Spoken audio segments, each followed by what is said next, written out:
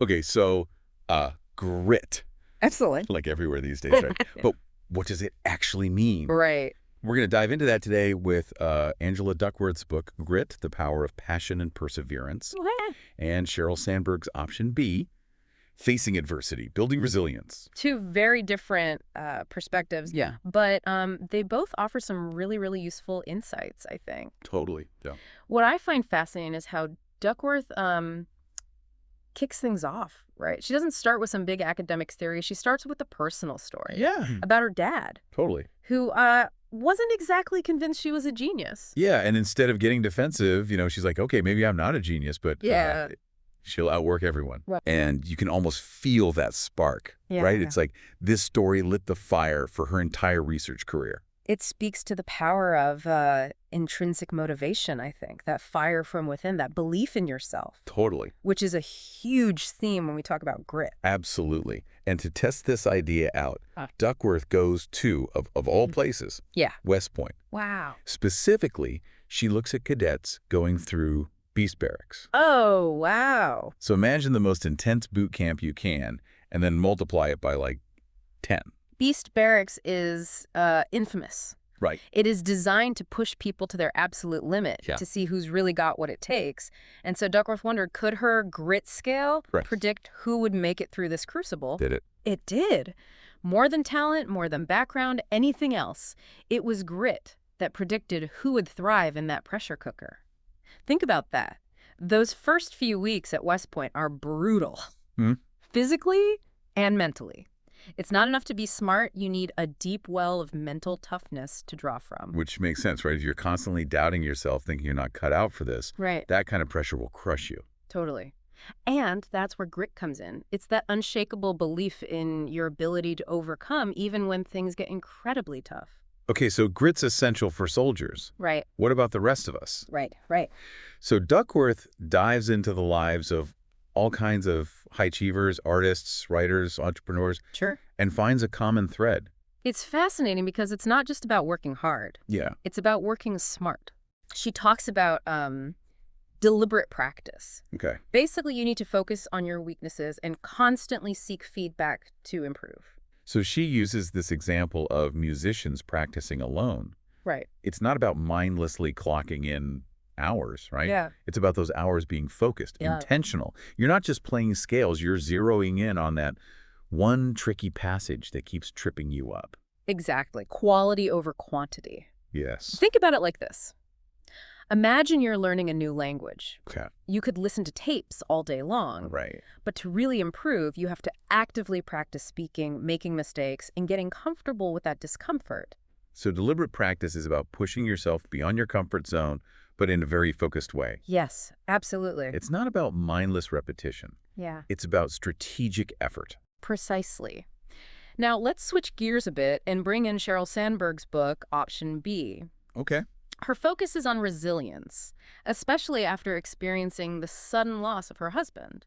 And she talks about these 3 Ps that can really trip us up when facing hardship, right? Right. Personalization, pervasiveness, and permanence. And this is where it gets really interesting. The idea is that when something bad happens, we make it even harder on ourselves by personalizing it. Right. It's all my fault. Seeing it as pervasive, this will ruin everything. Or believing it's permanent, I'll never recover from this. It's like taking a bad situation and making it 100 times worse in our own minds. Exactly. And what Sandberg argues is that recognizing and challenging these thought patterns is essential for building resilience. She connects these cognitive patterns to the idea of learned helplessness in psychology. Okay, learned helplessness.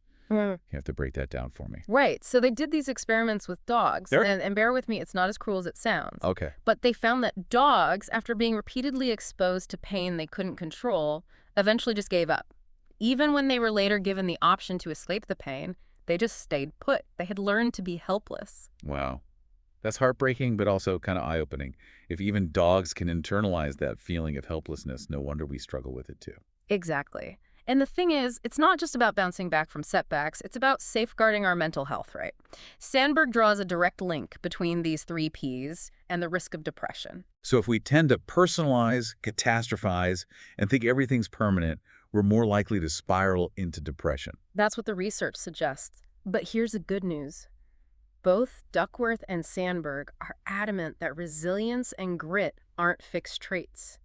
They can be learned and cultivated. So it's not like you're born with a certain amount of grit and that's it. Right. You can actually become grittier. Absolutely. It's about developing what they call a growth mindset, this belief that our abilities aren't set in stone. Right. They can be developed through effort and learning. It's like saying, hey, I may not be great at this yet, but I can get better if I put in the work. Exactly. And both authors highlight the importance of having role models and mentors who embody this mindset.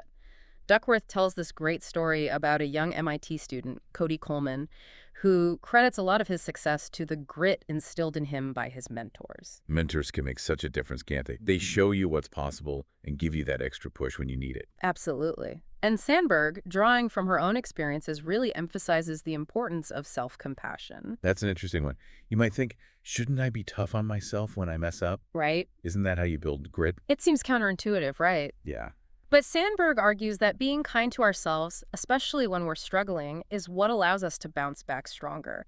It's about acknowledging our imperfections, learning from our mistakes, and giving ourselves permission to not be perfect all the time. Because beating yourself up for every little setback is just going to make it harder to get back on track. Exactly. And this is where the idea of self-compassion can be so powerful. It's not about letting ourselves off the hook. It's about recognizing that we're human, we all make mistakes, and that's okay. So we've got growth mindset, we've got self-compassion.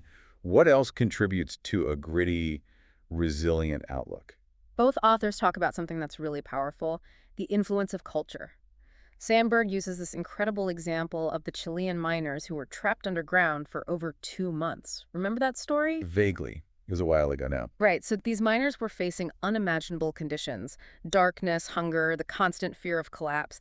But they managed to not just survive, but thrive down there because of their incredible teamwork and shared sense of purpose. Wow, so even in that situation, their mindset and the way they supported each other made a huge difference. Absolutely. They refused to give up hope. They created a culture of resilience down in that mine. And speaking of teamwork, Sandberg also talks about the Seattle Seahawks and their Super Bowl win under Coach Pete Carroll. Okay, now we're talking football. I'm listening. Right. They were a powerhouse team. They were. And obviously they had a ton of talent, but what set them apart, according to Sandberg, was their culture of grit, cultivated by Carroll. He instilled this belief in his players that they could overcome any obstacle, that they were stronger together, and that they should never, ever give up. I love that. It's not just about individual talent. It's about the collective mindset of the team. Exactly. And Carroll even had this phrase for it. He called it creating a competitive cauldron. This environment where players were constantly pushing each other to improve, but also supporting each other through tough times. So it's about pushing each other, but also having each other's backs. Yes. That's a powerful combination. It is. And that's where culture can be so impactful. It can create this positive feedback loop where grit and resilience become contagious. People inspire each other to be their best selves, even when facing adversity. It makes you think about the people you surround yourself with. Are they lifting you up? Are they challenging you to grow? Yeah. Or are they bringing you down? It's a great question to ask yourself because while we can certainly cultivate grit and resilience on our own, being part of a supportive and inspiring community can make all the difference. It's about finding those people who believe in you, who challenge you to push beyond your limits, and who remind you that you're not alone in your struggles. It's like we're hardwired for connection, right? Yeah. We need those people who understand the struggle, who can celebrate the wins and offer support when things get tough. Exactly. We all need that support system. Now, we've talked a lot about the mindset piece of grit and resilience, Right. but there's another crucial element both authors emphasize. Let me guess. It's not just about thinking the right way. Right. It's about putting in the work. You got it. Action is everything. Yeah. It's easy to talk about grit, to dream big. Right. But it's another thing entirely to live it out, Yeah. day after day, even when it's hard. And that's where a lot of us stumble.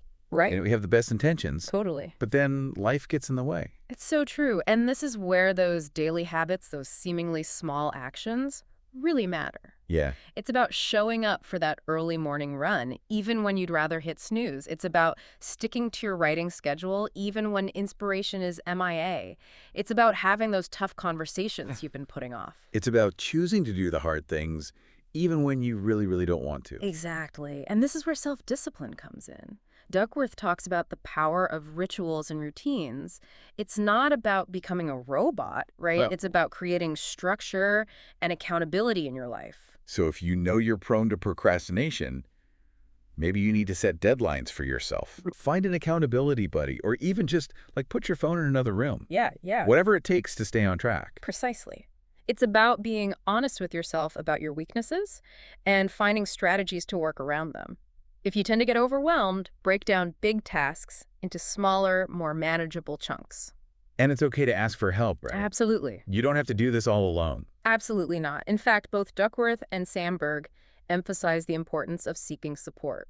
Okay. Whether it's from friends, family, mentors, or even therapists, Right. even the grittiest among us needs someone to lean on sometimes. Because, let's face it, we're all going to face setbacks. Right. We're going to stumble. We're going to fall flat on our faces sometimes. It's inevitable. And that's okay, because grit isn't about never failing. It's about getting back up when you do. It's about learning from your mistakes, adjusting your approach, and trying again. It's about resilience. Mm? That ability to bounce back from adversity stronger than before. And remember that this is a journey, not a destination. Right. You're never going to arrive at grit.